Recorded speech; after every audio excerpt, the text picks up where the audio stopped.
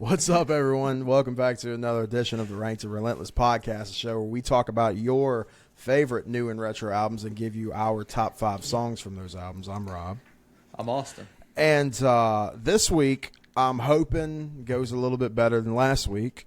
So I want to apologize to anybody who watched the POD video. You probably noticed it seemed like me and him were talking over each other quite a lot in that one. Well, that's because Riverside fucked up the export. And for whatever reason, Austin's track was about 2 seconds behind mine. I feel like for the most part, you can get through it, but it was jarring in a couple of spots. Like whenever you go to ask me if it sounded good, whenever I sang Southtown with POD, I said probably not before the question even got out of your mouth. Dude, like it was tough editing it. I did what I could. Riverside has had a new update because what I'm looking at right now, this user interface looks a little bit different. So hopefully Riverside doesn't fuck on us today, folks. Because maybe because we had a fun episode. Do we? I hope. I really hope. We're talking about State Champs, their album Kings of the New Age. Austin, out of curiosity, what was the first time you ever listened to State Champs that you can remember? Never. So researching this album was never. I don't think I've heard. I've even tried going back to their top songs on YouTube. Stitches, I know. I was about to say because I know you're a punk goes pop guy like me.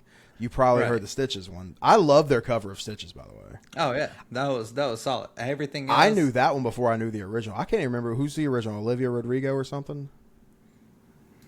I think so. Something like that. Well, I don't know if she was out during 7. She was after. I can't. That's the thing. Like I heard State Champs version of Stitches first. I don't know who does the original version. It's a good song regardless. Yeah. It was good bones for them to do their thing, but it was built for pop punk. That's why I assume it was Olivia Rodrigo. Dude, I don't fucking know. We're gonna find out together. Was it Shawn Mendes? Yeah, Shawn Mendes. That's not Olivia Rodrigo. No, it's not. No, you're correct, Rob. It is not. Yeah, that's it. But this song rules, though. And State Champs did a really fucking solid-ass cover of it. All right. Other than that, original, got nothing. So they were one of those weeks. So they're a big part of State Champs' lineage. They've always kind of been a part of Pure Noise Records. We were going to talk about another Pure Noise band back in February, but, that one didn't fucking happen. So kind of my introduction to State Champs was through that guy, the singer of Heart to Heart. That's because he because they were on Pure Noise at the same time, because Dulce came out I think 2014 and State Champs' first Pure Noise release I think was 2013. So he had told me like they had been on the road together and shit, and he was the one that got me to listen to State Champs.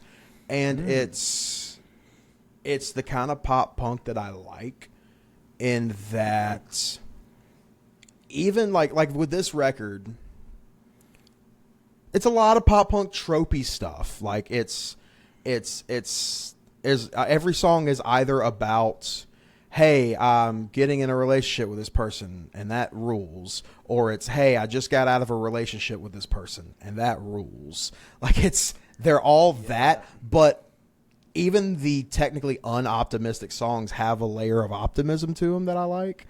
Right. Like a great example of that being Everybody But You. It's like, yeah, we're breaking up and I'm going to invite all the homies over and we're going to have a good time. This rules. Right. But then you there's one song, like the outro song, Some Minds Don't Change, is like the only one that's like, no, yeah, it's all kind of fucking bleak and that sucks dick. That's the one song. Everything else is like kind of upbeat, and I like that. It make the thing that I love about State Champs, and I'm not like the biggest State Champs aficionado. I know this album. I know a song or two off of other ones, but what I enjoy about them and what I enjoy about this album is it just makes me feel good to listen to.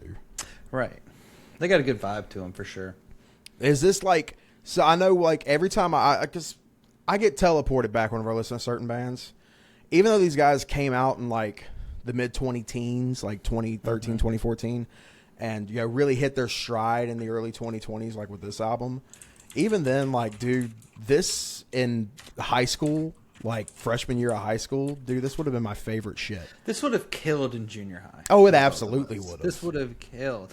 They loved what is like Bowling for Soup, All Time Low, The Main, Forever the Sickest Kids, Boys Like Girls. They liked that and said, we're gonna do that for the next 15 years. It's really funny. And they killed it. Watching like when you watch the music video for Act Like That and they're all wearing Letterman jackets and you're like, you guys are in your 30s. Yeah. Right. Like that part's kind of fucking funny. Right. Like they loved Metro Station, was like, we can do this forever. Yeah.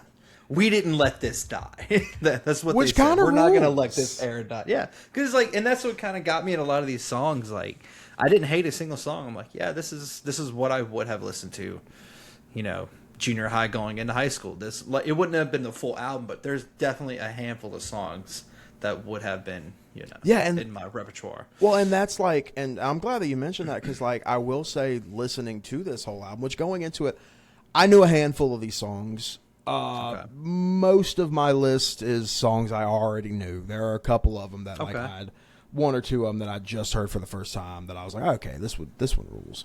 But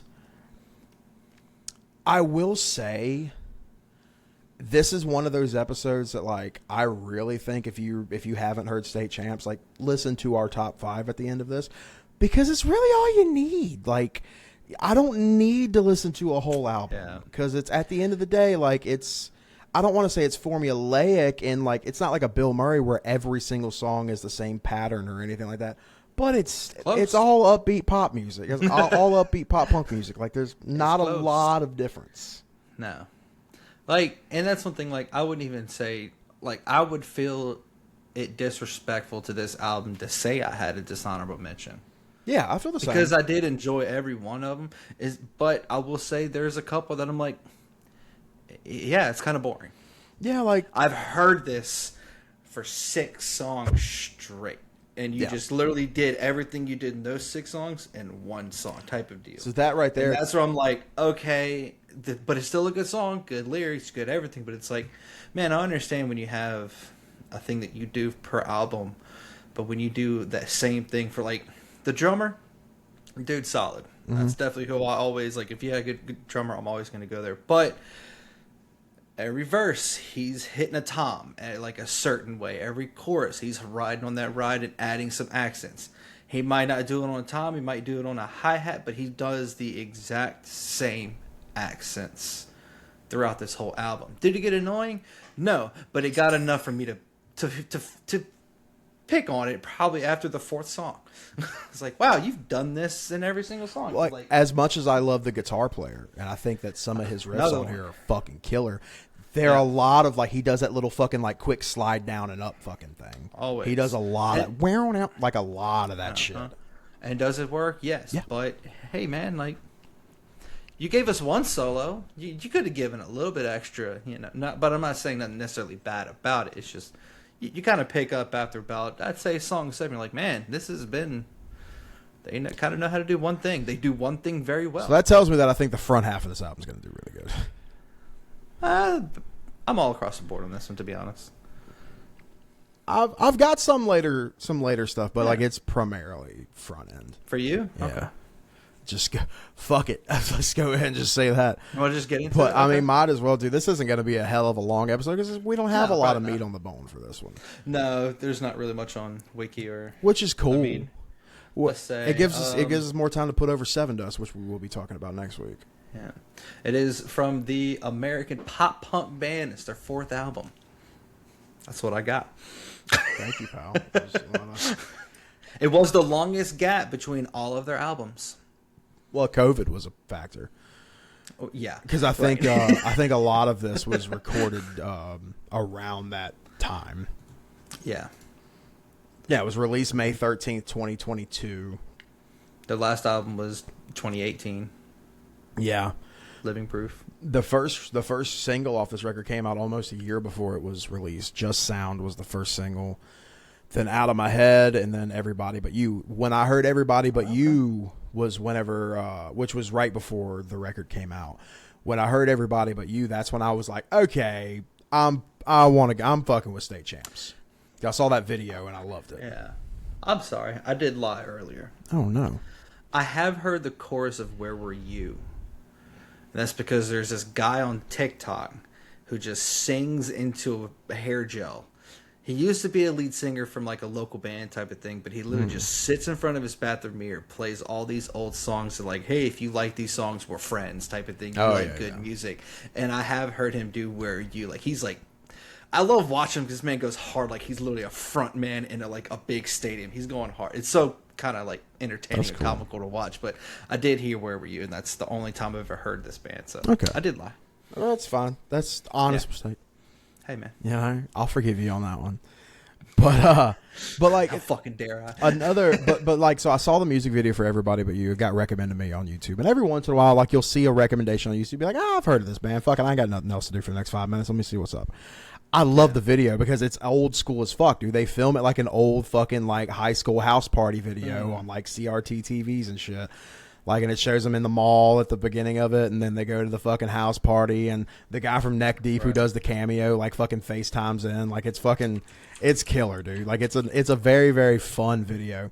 There's another one of those, like, it doesn't have it doesn't have Act Like That listed as a single, but it has a music video. So, you know me, I've always just assumed. If it's got a music video, it's, 100%. But not according to Wikipedia, so who the fuck knows? This record had a few features on it. You got Ben Barlow from Neck Deep on Everybody But You. You got Chrissy Costanza, who I think I've recognized her from like a lot of YouTube's shit. She's the primary songwriter of the band Against the Current. That's neat. Act Like That's got Mitchell Tenpenny. He's been on a Bill Murray song or two. He did. Okay. Which one did he do on American Motorsport? I think it was either Blindsided or Empty Handed. One of those. And then Sundress has 4 Years Strong. So yeah, a few like notable features from within the genre on here, which is cool. I like whenever stuff like that happens. And I'm going to say it now. Great features. Yeah, like there was only one that I was just like, I didn't feel like it added a hell of a lot to it. I feel like the song would have been fine without it, but the rest of them, like, there's a couple of them specifically that made my list, and I will point out in them that I really enjoy the features. Gotcha. Wow, we are gonna have a completely different list. Damn, this is gonna be a tough one, isn't it? Yep. It's gonna be a tough ass episode. Yep. Just after what you've just said twice now about this, I'm like, man, I have none of those songs on my list. God damn, dude. All right, well then, before I share this, let's go ahead and do this. I gave it a 4.3. What'd you give it? I got a 3.5. Okay, so that's... They're all grouped, though. Like, to be honest, my lowest is a 3, and my highest is a 4. Literally 11. Like, is this an album... I showed my wife. This is her type of music. Yeah. She listened to it eventually. She's like, yeah, this is great. Like, she's going to put it on her Spotify. She's going to check them out. But, like, am I going to go search for them? Probably not. But if we're in the car and she puts on their songs, I'm going to be happy to hear them. Like, by no means am I going to skip any of their songs. But so I should have done this episode with your wife, is what you're telling me.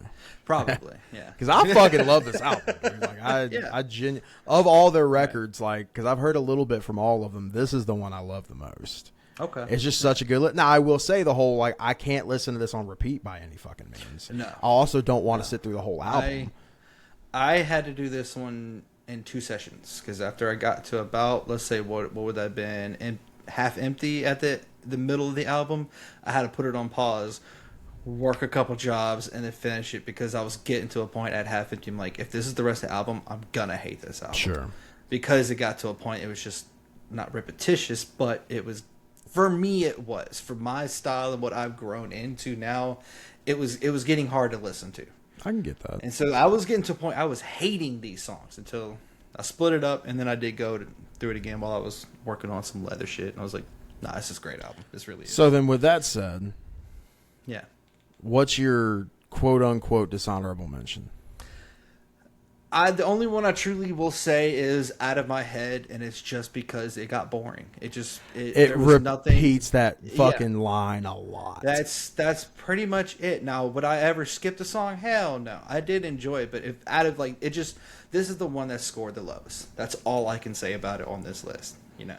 Yeah, Other than that, it I really got nothing bad about it. it repeats. I can't get you out of my head, out of my head. It repeats that a lot. But even musically, it was just like, okay, we're doing the same shit even in the verses. All right, the chorus. Okay, instead of the drummers doing his little Travis Barker hi hat shit, because this man fucking loved Travis Barker growing up, and I could tell.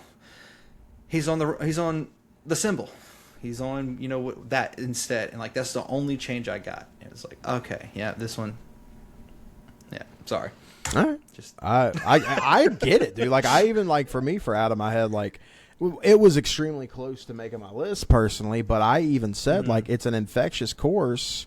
I love the verses more than the choruses just because the chorus just it repeats a lot, an awful lot. Right. It's got a nice little solo in it, and I mentioned that it's a safe song. It's a very safe song. yeah. I put literally in my notes, verse better than chorus, just got a little boring. Yeah. That's it, My dishonorable at the 3.7 was Where Were You? Okay. It just for me it's kind of the same thing. Like it just felt like a lot of leftover assets. It was very B-side feeling. Like every single song on this record has a line somewhere that just stands out and is so catchy. Like a lot of stupid catchy choruses on this record. This one I just didn't feel like was as memorable as the rest. It's still the same formula. It's still doing the same shit. It's just not as memorable. Right. Like the biggest thing that was memorable for me in that one, it didn't make my list, of course, but it's just we actually had like, because their choruses and their post choruses are freaking great. Like they know how to write those two together very well in every song. It almost borderline hit that halftime like we were about to get an actual breakdown type of thing, which is like, okay, caught my ear. All right, now we're just back to it. Yeah. It scored a 3.7 for me, but it just didn't make the list. All right, well, let's talk about what did make the list. Wrong. Who was first this week? 3.5. Oh, it is you actually. Okay, then let's go ahead and let's see how we're gonna start this one off. I give it to the opening track, Here to Stay. Wow. I think that it was just a really good opener. You know me, I'm really big on how you open and how you close, and I think they did a good job on opening and closing this record. And that main riff, like that intro riff that you hear kind of throughout the song constantly, I think is a really good choice for that riff. If you're going to basically play the same fucking thing for 3 minutes, that should be how you do it. And I think that it's just a really good introduction of what to expect from this band. Like, kind of just, it's a really good way to start the album because it's like, hey, like, you're going to get a lot of this. There's elements from this song that you're going to get a lot of as you listen to this album. Yeah, I couldn't agree more with that. And what do you got for number 5? Oh, my number 5, Sundress, man. Sundress. Who doesn't love a girl in a sundress? Bro, ain't that the truth? Who just doesn't love a sundress? Ain't that the truth? Now, lyric in this one, I did enjoy. This was probably one of the few like that lyrically actually caught my eye first. I know it's also the second to last song on the album. Yeah, sure. It's really far down there. But this is another one, man. If you like that drummer, fucking, he loved Travis Barker growing up. Mm-hmm. That was his biggest influence. It works with him very well, But I did when I say lyrically, I did love the whole line. If the sun is out, why is it raining down? Mm-hmm. It's like every day, it's the same. I mean, yeah, I get it. I'm depressed too, but still, life's happy. I'm just still depressed. But this is one of the ones like kind of like I would say where you like it's got a good post chorus. It actually felt like this one actually was. We were getting a breakdown. Like this is the heaviest part of the whole album was the post chorus of this song, but just their transitions are, and I'm gonna say this about a lot of their songs, their transitions are so well done. But yeah, I had mentioned like I love that halftime there at the end. I said this might be my favorite song about an article of clothing, maybe. my favorite song about an article of clothing or clothing itself, I guess. Right. This was the one that I was like, I really don't think 4 Years Strong was needed. I didn't know this was a feature until I looked at the title because I couldn't tell any It's in the difference. last verse, I think. Okay, yeah, and it couldn't have had no idea this was a feature. Yeah. So I do definitely agree on that. Yes, like I think it would have been perfectly, because like you don't want to run into the problem like we had saw with fucking The Funeral Portrait, where we're like, some of these features really weren't needed, like because there's like every other song on that record's got a fucking feature. It's like there was a feature just to help out people. Yeah, like the Danny Warsnop one was not needed for Dark Thoughts. No, but yeah, not at all. I like the song. I like Sundress. Yeah, I like all of them. I even like Where Were You? But like, just that one didn't make it for me, but I do enjoy it. What did make it for me, my number 4 is Fake It. Okay, Fake It. Oh, we made it, bro. That chorus is a bop, dude. Yeah, That chorus, like this one, if you go back and listen to their records before this one, this song I think could have fit in on any of them. I think this one has the most old school State Champs vibe to it. The chorus it really fucking hits. The chorus was solid. I love how he sings the fucking chorus so much. It flows so good. You got that sliding fucking guitar shit right behind him while he's doing it. The flanger effect they put on the guitar in the bridge I thought was a nice little touch, and I'm usually not a flanger guy. It just sounds like fucking a whistling asshole in space to me usually. But I like the flanger on this one. Yeah. Like, I think it's because I listened to a lot of Eddie Van Halen as a kid, and like Eddie used too much flange. And I'm like, could you stop flangers and phasers constantly? But no, I liked it in this one, and I love that last chorus whenever it's just the fucking vocals, guitar, and like some clapping, dude. Mm-hmm. Oh yeah. It's infectious. It's so good. Yes. When this one comes on in the car, I can't help but fucking move my shoulders, start saying, "Oh, we made it, dude." I can't help it. It's so good. What do you got it for? I got Here to Stay. Here to Stay. Here to Stay. Yep. Same thing, man. Great opening. You know my notes? That riff sounds like something Rob would have written. Maybe that's why I love it so much. Like, I played it and I'm like, let me go back. It's not that this sounds familiar, but I feel like you could have played this style for me just on acoustic, or we were just in the garage and you were just riffing on some shit. But like, it's the same play style. It feels like the same key of something you would have written with your exact play style. I'm like, wow, this is crazy. I'll listen back to it right now. Yeah. Yeah. Put it's that slide up with the bending. I did a lot of those sliding shit with the bend gimmick. Yeah. I think, yeah, man, if that was in a minor key, yeah, that's me. Yeah. And it's such a skater boy, type of song. Like, it was just so perfect opener. And I couldn't agree more. Like, if you listen to this song, I'm not going to say you've listened to the whole album, but what a good, like, hey, this is what this album is about. This is what we did. And I loved it. Yeah. I really like this song. No, it does rule ass. What also rules ass is Enough is Enough. What the fuck was I thinking? Yeah. Dude, Everybody But You is that's a pop punk diss track. How often do you hear those, man? I thought this was an absolutely perfect choice for that last single before the record came out. Just what a great way to get people's attention who maybe don't usually listen to the band. I call it a new age She Hates Me, but good. Like it's really like it's got vibes of Puddle of Mud, She Hates Me, just not bad. Right. I love the little acoustic guitar in the intro and shit. Like Ben Barlow from Neck Deep, I love his cameo. He did good in it. There's one specific line, like anytime it comes on the radio, me and my wife just both look at each other like, God, that line is so fucking cold. It's whenever he says, Kelly said she didn't even really like you. Kelly said she didn't even really like you. Dude, that's a burn. Like, I'd be looking at my wife like, damn, that line is so fucking cold, dude. You know what? Yeah, we're writing a song about you to make it worse. You know that girl Kelly? She says you ain't shit. Like, dude, that fucking rules. It kills. With this song, every single aspect of this song. Like, how early 2000s can you get? Oh, big time. Like, That's they what you need to ripped- watch the video, because the video they is even ripped filmed in that off format. Every band in this genre from the early 2000s and did every single rhythm, every note, every rhyme. Like, and it didn't make my top 5, but this was second to making the top 5. Like, I did enjoy this one, but this is it's the third song. I'm like, wow, this really brings back junior high memories, like even almost like upper high memories of, like, damn, Dude, the fucking, like, they film I need it. to watch the video. They film it in see this 4:3 ratio. Like, it's not even widescreen. Like, they fucking God. dude, like, they purposely were like, do you remember the 2000s? Yeah. Because we do. I loved it. Yeah, I did. Like, I thought. That's why I love Yeah. it. Like, I'm like, yeah, dude, like, it makes me feel like a fucking kid again. Yeah, solid. It's just written really, really, really well. Right.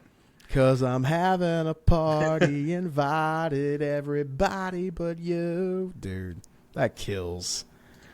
That kills. What do you got for 3? Mm-hmm. Eventually, it caught up to me. Eventually it did caught up to you, huh?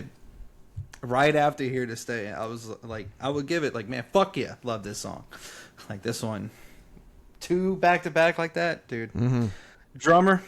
Like, I really enjoy with this type of music when you have the singer and the guitars kind of doing, like, a little slow. And I guess this is also my love for Blink-182. Yeah. And that drummer is just rolling on the hi-hats, doing like tom triplets, and, like, while everything is just nice and calm, and that drummer is just in this pocket, just fucking going at it. And then the whole band comes in to finish off that, and it was... I'm a sucker for it. I like Blink. That's why I like Blink. Yeah, there's a lot of Blink in Travis. this one. There's a lot of Blink in this one. But lyrically, one of the other few that, like, I went back and listened to, dude, I love this song lyrically too. Yeah, really well You know, written. not really too sure. Yet again, my problem is I don't really know what the song's actually about, but there was a lot of lines that stuck out, especially the chorus. The chorus stuck out in this one for me. So the song is kind of about just trying to recognize red flags and do better, and like the whole, like, I started running from what made me paranoid. Eventually it caught up to me, like, of just trying to escape shit that you just can't seem to get away from. Okay. And I will say this. I did put this in my notes, but I don't know if I wanted to bring this up. Go back to this chorus. Take away the twangy guitars and the typical, like, you know, that you get from the drummer. That chorus could have been a Bill Murray chorus. Hands down. Maybe. Go back and listen to the chorus. Like, I get, like, wow, like, Johnny would have wrote this exact rhyme. You know, and he probably already did, knowing him. But, Well, like, no, because eventually it's not the last word of the chorus. Well, no, but I'm talking about, like, the rhyme and the I vibe got- of I the got- song, you know, like, but no, they're very true. Hey, he does say at the beginning of the last line of the chorus, so Yeah. Maybe. no, but I really, really, really enjoyed eventually. No, it's a killer fucking song. My number 2 was Act Like That. Oh, Summer of 2024, whenever I thought I was in love, I was listening to this song so fucking much. It was Dreaming Out Loud from whatever the fuck that fucking lo-fi surfer rock band is. okay. It was C'est La Vie by Stardust, and it was Act Like That from State Champs. Those songs were constantly on repeat for me. It just makes me feel good as fuck. And it's got, I think, my favorite feature. I love Mitchell Tenpenny on here. Even though he kind of changes the vibe a little bit of the song, because, like, the whole song is about, like, kind of just, like, it's like puppy love, essentially. You know, just meeting someone and kind of falling head over heels right out of the gate. And then Mitchell Tenpenny goes in the whole, I know you're keeping me sober, know I'm liking you over and over again. Like she's keeping you sober? How long is, like, saying that you can't save me, it's making me crazy. That's not exactly what we're talking about, Mitch, but appreciate the bars. It just feels like he's singing a different song. Yeah. But then that I'm last definitely chorus got that. rules where you've just got him in the back like, hey, like that. Like, Right. My one issue yet again, did really like the song. My one issue with the song, completely is like vocally, the patterns, like it just felt so overused. Like every band has done this, like 20 times in an album. And I was like, yet again, it's that one of those songs like you kind of start popping, you jump in like, oh, this is actually, it puts you in that groove, but just didn't make the top 5. the guitar also just that. Yeah. And what's upsetting is like they did not mix him well, because the guitarist is so good with these riffs and he's so in the Just background in the mix, of yeah. everything, just like, oh, he needed to shine just a little bit more. They needed to give him a little more volume. Yeah, I can probably agree with you on that. What do you got at number 2? Number 2, Fake It. Yeah. Fucking kills, doesn't it? This was... You were like, man, our shit's going to be so different. It's pretty close. There's no way our number 1's the same. No, it's not. There's no way. It's not. But, I mean, what you said earlier about Fake It, this song was the first one, even going back and listening to it, that I was actually bobbing, but it wasn't just bobbing. Like, my body was kind of like jumping. The whole vibe of this song was just, oh, hell yeah. This is just fun, Another drummer, dude, he's there. Don't mind him. Let him, as long as he stays in tempo, just let him do what he's going to do. It's going to sound great. That dude's all over the place, and I love it. I love that shit so much. Good ass song, dude. Fuck yeah. Lyrics, another one. The chorus, God, gets you feeling good. Oh, we made it. Just that. And then that first line just really just sinks into you. But then the way he transitions into the chorus when he's like gradually hitting higher notes, like he does it so well. And it is like I would say it's an overused thing. Everybody does it, but like when you can actually make me feel like, oh shit, and then you give me a big chorus like that, bro, fucking bravo. Like, you killed it. Like, I don't care if this album sounded the exact same. This shit like that. I'm like, you gotta listen to this album, guys. Yeah, there's certain like, parts of certain songs that just stand on their own, and that chorus of this one really stands on its own. 100%. My number 1, you're correct. It's not. Don't have the same, because mine's Eventually. Eventually? I fucking love Eventually so much. Specifically, you know which part. I'm taking back the one thing that felt permanent. That fucking halftime. Oh, dude. yeah. Dude. Call to arms this that song, I resent. God damn. This song should have been my number 1, to be honest. But it just Eventually is just perfect to me. Like, it's so, like, it's not perfect. It got a 4.8. It didn't get a 5, but okay. It does everything right, and it's insane that it wasn't a single. Like, this just has single written all over it, and it wasn't.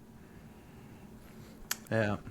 What do you? Curious what you think about my number 1 then. I'm gonna say that out of left field. I'm gonna say Some Minds Don't Change. No. Okay. Mm-mm. What is it then? Just Sound. Just Sound. The fucking single. I didn't know it was a single. It's I think the first one. Okay. Yeah, it was their first single. Like, there was. And it kind of made me feel weird about this song, because I'm like, Just Sound, what could this song be about? If there's not just random sounds in this song, whatever. There's a random piano in the verse. Yeah. You don't hear it. There's 2 notes added. I'm like, fuck this come from? But, like, I mean, just like Fake It, it was a song that, like, okay, like, all right, I'm in it. This is good. Just Sound pumped me up. Like, I was in the truck listening to it, and I'm like, oh, shit, oh. Like, throughout the whole song, I was in it. Yeah. Like, this could have been the ride song. Like, let's go. We're going to go get drinks and fuck up the town. This is a song I would kind of play to get us in that mood. So this one, it score-wise, like the number-wise, it didn't do well for me, but it's one of those that it was for a weird reason that you're probably not going to agree with me with. It's like, I mentioned that, like, I did enjoy it. Like, halftime, obviously, big bonus points for me. The thing that took points away is that I feel like each one of these songs kind of tells me a story. Like they're oddly specific. Like I can close my eyes and I can envision a lot of these like in a scene. Even the ones that don't have music videos, I can kind of see a music video because like it's telling me a story. I felt like Just Sound was very vague, and it was just words about nothing. It's the only thing that I truly got out of the song is like, hey guys, we're here to party. We're here to have a good time. That's it. Other than that, there's really no. It doesn't really say anything. Yeah, like other than and that, if I like, wasn't, that's all it was. Yeah, and if I wasn't such a lyric snob, like I would. It probably would have done better because it is a good song. It does like everything else on this record. Like what it does it well. I just feel like it's just a vague song. Yeah, and there's nothing wrong with that. Ride Tonight with Just Sound, Up Too High to Come Down. We're just here to have a good time. Yeah, which like that chorus does kick ass. Yeah. It is really good. I love the pattern. Like I really do. But yeah, that was the only. No, thing I get. Yeah. And like you know me, like I'll go through a whole album and be like, "Hey man, what was this whole album about?" I didn't hear a single bit of lyrics except a couple lines that like really stuck out. You actually go for the lyrics, like lyrics ain't. I'm reading the lyrics while I'm listening to it. Okay, damn. Yeah, I'm listening to the guitar and drums. If you ain't good, I'm fucking with you. I mean, that's anytime I listen to something. Like if I'm listening to anything and I'm like really trying to pay attention to it, I pull the lyrics up because it also like with my ADD's weird and like. I can lock in on a conversation for the most part really well. It's whenever I'm by myself, like if I'm doing something like listening to music, and if like I'm trying to pay attention to it, it's so easy for me to pick up my phone and do something, or fucking, you know, if I'm playing a game or whatever, and then I'm just like, it's now I'm no longer paying attention. Now it's just in like the back of my head. Right. So I kind of, in order to do this show any justice, that's kind of how I have to lock in is by reading the lyrics anyway. Gotcha. So it's for my mental illness is what I'm saying. Yeah, it's my mental illness that I pay attention to lyrics. But it's been interesting that a lot of these lists, me and you are usually going, 3 for 5 on each other. Yeah. So there's going to be 4 songs that are going to come down here, but we know eventually it's going to be number 1, which kicks ass. Yep. We know that Fake It is going to be number 2, which kicks ass. And we know that Here to Stay is going to be number 3, which guess what? Kicks ass. Kicks ass. Top 3 songs. Yeah, eventually Fake It, Here to Stay, like right out of the gate. Yeah, that's good. Yeah. So let's figure out 4 and 5. Okay. Oh, let's see. Out of yours, dude, it's tough because, like, I mean, I do enjoy Sundress. I got the 2 that you don't like, or not that you don't like. They just no, they weren't close to making it. But like Sundress is cool. But like I do feel like Just Sound, like even though it's vague as fuck, like I feel like it hits a little harder than Sundress does. It does. Like that chorus, like it's got a good chorus. Yeah.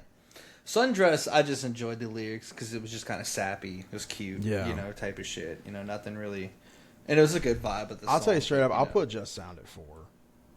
Okay. I'll be completely honest with you. Like I'm totally fine with it going there because like it was the lead single. It is one you should probably listen to. Like, and it hits really well. For 5 between Act Like That and Everybody But You, fuck. I know because they both do the same thing. They both are just early 2000s punk pop. That's it. Yeah, I love both of them. I love both the music videos. The feature and Act was. The feature and Everybody But You was great too. It was. Okay, so this is what I want to know. Okay, so Everybody But You got a 4.6. Act Like That got a 4.7. So Act Like That's just barely above it. For you, where did they rank? Act Like That 3.4. Everybody But You 3.3. Damn, 1 point off both. 1 point off. They were right next to each other. Yeah. Dude, it's tough because like even though Act Like That scored just higher, I'm gonna be like I'm thinking of like if I'm recommending this album to somebody. Yeah. I don't know. I think you might need to hear Everybody But You more than Act Like That. I mean, we can have the first 3 songs out the album, Because we got Here to Stay eventually, and That's a good Everybody point. But You. That's a good point. That's a But good yet point. again, both great features. But it is Everybody You does have like act like that. It's just a great song all around. Everybody But You, I definitely did like the intro. That megaphone, whatever that style is. Like it's a good build up into the song. It's up to you, bro. Fuck. I do like both of them. This is the hardest decision I've ever made. Flip a coin. Viewers, tell us, would you listen to... Put in the comments real quick. Yeah, I'm going to have to flip this coin. I haven't had to do this in a minute.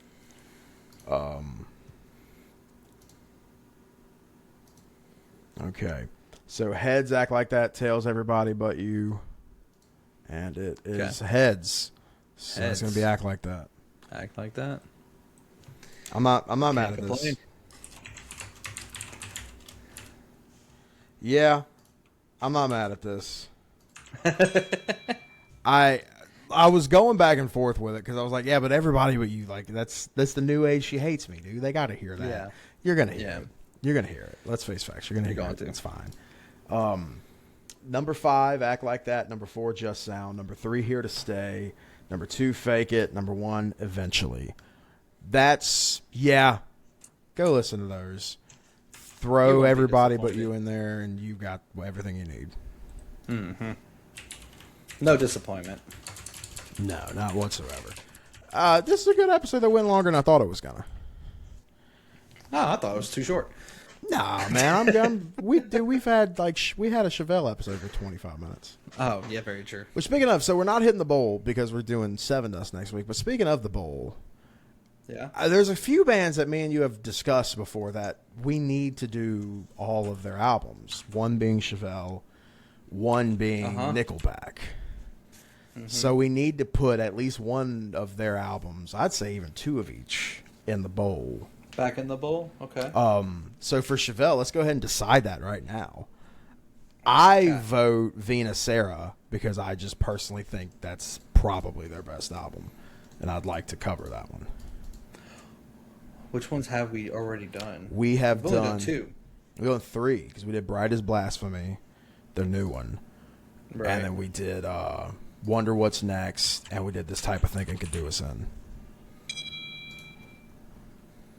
I mean, okay. So I'm saying there's an album I would like to do because it's one of my favorites. Which one? Neurodius? No. Hats Off? No. Fucking point number 1. Throw it in there. So me and you both get one. I'm saying throw Vina Sarah in there. But so we've done Wonder What's Next, This Type of Thinking, and Blight as Blasphemy. Yeah. If for the sake of this show, I love point number 1. That might be my 3rd favorite album they've ever done. It's probably going to be your most hated album that they've ever done. And I don't think it's due to like lyrics or their music. I think it's due to the tone, because it literally kind of sounds like what we tried to do when we recorded in the Red Shed sometimes. It's very, very, very EP sounding. Very, very garage sounding. Now, it's not mixed bad, but you'll get like, man, there is no bass in, there's no low end. It's just, but I fucking love that album. Just, there's 4 songs on the album that I can already tell you would be in my top 5. In reality, I'm in between Sci-Fi Crimes and Neurodius. Okay. I love Sci-Fi Crimes. They're both good. Over Neurodius. Because there's a handful of songs in Neurodius. There's also a handful of songs in Neurodius. If I don't listen to it again, I'm okay with it. That is one of the few. Neurodius is also a big-ass album. How big? I think Neurodius. 13 songs. And then I think Sci-Fi Crime's only, 10 or 11? Sci-Fi, I think it's 12. 11, yeah. So that go right there tells you my vote. All right, so which one did you say? Vina Sarah? Vina Sarah. Okay, and then we'll add Sci-Fi. Yeah, we'll do Sci-Fi Crimes. Okay, Vina Sarah and Sci-Fi Crimes. It's also like That's the best era of Chevelle. When you go from Wonder What's Next to Half Off to The Bull, that's like that. What 10 years? Perfection. Yeah, like I mean, we've From the covered change of them. we've covered two you of their know. first records. We covered number 2 and number 3, and then we covered their most recent. So might as well go to the meat of the catalog, kind of their peak. Yeah, right. Because the Righties is good. Bright was great. The Gargola. Yeah. Don't remember much on that one. That's good. I don't think I've ever heard a single song off the North Corridor. I heard one not too long ago, and it was, I mean, it's Chevelle. Like, it's good. But, yeah, so that's 2 for Chevelle. We need to put a couple of Nickelback ones in there. Okay. So Nickelback, we've done All the Right Reasons, we've done The State, and we've done Silver Side Up. So we've got The Long Road, we've got Dark Horse. Curb, right? No, we didn't do Curb. We did not do Curb. Curb's kind of for the same reason that that it's going to take a minute before we get to point number 1. Like, we will do it, but like maybe not right now. But so what have we done? We've done Silver Side Up, The State, and All the Right Reasons. Okay. So there's 2nd, 3rd, and 5th albums. So the 4th album is The Long Road. That's probably going to be what I recommend. Then there's also Dark Horse. There's Here and Now. There's No Fixed Address. There's The Good One. You know my vote's going to be that one. Yeah, The Good One. Feed the Machine. Feed the Machine. Yeah, that's the one. That would be my vote. But if you want to do like kind of we're doing with Chevelle, is like we're kind of doing a line. I'm also cool with doing. I would say Dark throw in Horse Feed the or Machine and throw in The Long Road. Long Road, because I don't think I know a song on The Long Road. Someday, somehow. That's on that album? I thought that was Dark Horse. All right, yeah, I know that album. It had that. Had Feeling Way Too Damn Good. Yeah. What were the other singles? They had a bunch of singles on that record. Believe It or Not. Figured You Out. Figured You Out. Yeah, that's the first real sex song. Yeah. I like your pants around your feet.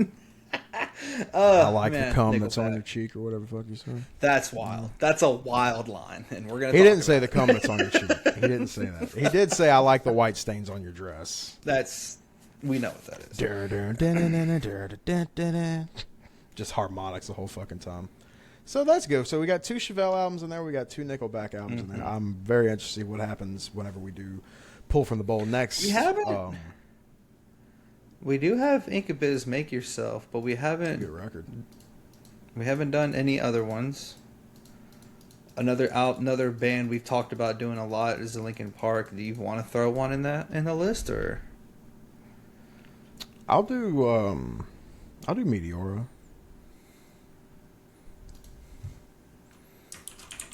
Okay. Yeah, I'll do all of them. I know. I don't wanna. Oh, I'll do Meteora. I came around to a lot of their stuff, and I actually like kind of enjoyed like the lights and stuff like that. It's like I remember whenever because we all listened to 1,000 Suns together. Whenever it came out, because we all we were staying at the homie's place way out in bumfucking Watson. We took my car to the Walker Walmart to pick up 1,000 Suns. Yeah. And then we had it was like a 40-minute drive back or whatever the fuck. So we listened to the whole record in the truck. And still went back when we got to the place. I remember we still sat in the truck to listen to the Fallout and the Catalyst back to back again, because that was like our 2 favorites. Well, so for me, like the Catalyst irritated the fuck out of me because it just built and built and built and built and built and never went anywhere. Yeah. And then I heard Wretches and Kings, and I went, "Wait, is that the song from EA MMA? Hold up."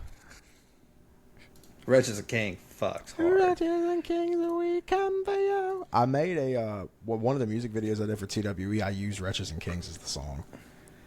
It was killer. Nice. The fucking one of the booker messaged me back. He's like, "Dude, this might be the best one you made," and I'm like, "Yeah, it is." The Hunting Party was solid. I don't give a fuck. Nothing really like, major for me to go back to. I loved Living Things. I thought that was a great. I did not. Honestly, if they would have ended at Living Things, I think their career would have just been. I like Lies, Greed, and Misery. I think that's Yeah. on Living Things. So that Lost in the Echo was one of my favorites. In My Remains, the chorus kind of gets a little sometimes if I listen to it too much, but Love Victimized, great song. Hybrid Theory and Meteora, doesn't matter what they put out, you can't beat those two albums. those are the ones. And you know what? I'm going to throw it in because it's still third of my favorite thing they've ever done, Reanimation. That album was so fun with all the features, all the reanimation of the fucking songs were killer to me. I can always listen to that. And there's no other peak, DVD or CD of Live in Texas that like still to this day that was peak performance and peak recording. Well, speaking of peak, we're talking about a band who's been at the peak of the tippy top of the mountain, as far as I'm concerned, as far as putting out good ass fucking albums all the goddamn time. Seven Dust next week. Mm-hmm. That's gonna rule. I've heard the singles off the new album. Hey man, it's Seven Dust. I haven't. They're good. I waited. I want to go through the album just because. I'm excited because like they're one of those bands that like everything that's come out after Cold Day Memory. I've kind of like all like Kill the Flaw, Black Out the Sun, like all that. Like I saw them on the Black Out the Sun tour, but like all those albums are all kind of like, yeah, man, like they're good, but like they're not as memorable as like an Animosity or a Cold Day Memory or Home or anything like that. But then a few years ago they put out Truth Killer, and my ass was like, I'm going to the record store right now whenever Truth Killer came out. I listened to it, like the fucking opening track, I Might Let the Devil Win. I was like, oh my God, dude. I immediately Googled closest record store to me because I didn't want to have to go to the Square. And I found one in Kennesaw, and I drove over there and I was like, do you have the new Seven Dust? And like, we got 2 copies of it. Like, that's all that they sent the store. And I was like, well, I'm getting one of those motherfuckers. Right. Truth Killer was a guy. I saw them on that tour too. That's a great fucking album. So I'm kind of, on one hand, I'm like, okay, so they just put out a banger of a fucking album. So they're proving that like they're not just going to be okay or good enough. Like they can do fucking awesome still. But I'm on the other hand, I'm like, yeah, but how many times are they going to do that? Like it's probably going to go back to just being pretty good. Maybe, maybe not, you know. Which if it's just pretty good, that's fine. Like I said, Kill the Flaw is my least favorite one. I'll still listen to it. Like it's still a decent album. Is this still the same singer? It's the same everybody. Oh, they nice. Clint, the guitar player, Love left that. for a few years when they did Next Alpha and Chapter 7. Clint was gone. He was playing with his brother's band, Dark New Day. And they brought in, I think, the ex-guitar player from Snot, I want to say. But, yeah, he was only in the band for a few years. And then Clint came back for Cold Day Memory. But, yeah, it's been the same original group. Yeah, because you got Animosity in there. Yep. The great fucking album. Stole it from you. You haven't. No, you actually, whenever I got my Corolla, we put it in. This is the same case and everything from 2011 that all of our old CDs ended up in, because that's, God, we went everywhere in that Corolla. I don't have Your truck. I don't have anything that plays CDs anymore, so. No.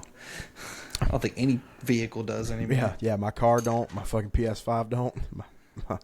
Damn. My computer don't. I miss those days, being able to like download music onto your old Xbox and then playing Tiger Woods, listening to MLB 2K5. Every time it booted up, you'd hear that fucking Stranglehold from Ted Nugent riff. It was killer, dude. That's a way to get me to play some fucking baseball right there. Baseball. Just the second that fucking screen opens up and you see my Chicago White Sox on the fucking main screen, you just hear fucking kill, dude. You know what else is gonna kill next week when we talk about Seven Dust's new record, which is called One. I think you're correct. It's called One. Yeah, I think it. Yeah, it's called One. Yep. May 1st. Ha! Knew something. My birthday. Yeah. Happy birthday. You get to listen to Seven Dust on your birthday. Right? 10 songs. At a fucking wedding. 10 songs. Let's go. Oh, yeah. Even better. Yeah. This but like those, honestly, they need to be 11 to 12, because after that 10, them 10 album tracks get a little difficult. No, it's gonna be good. There's nothing difficult about this. It's gonna be easy listening. I can listen to LaJohn sing music all the time. Okay. Man's got a voice, dude. That he does. He's powerful, man. Dude, he's such a good front man too. I've seen him live twice. That's my favorite thing to watch is their live videos. That dude is. He's so good. He's sweating the first 10 seconds. Oh of the first God, song. is he? He dude. is up there. God damn it, is he, man? Fuck yeah. Dude. I'm excited. That's gonna be good. I haven't really got to listen to, besides Animus, I haven't really got to listen to like a full album like this. Yeah, this is gonna kick ass. All right, so next week we'll be back 7 to us 1. Till then, I'm Rob. I'm Austin. Thanks for hanging out.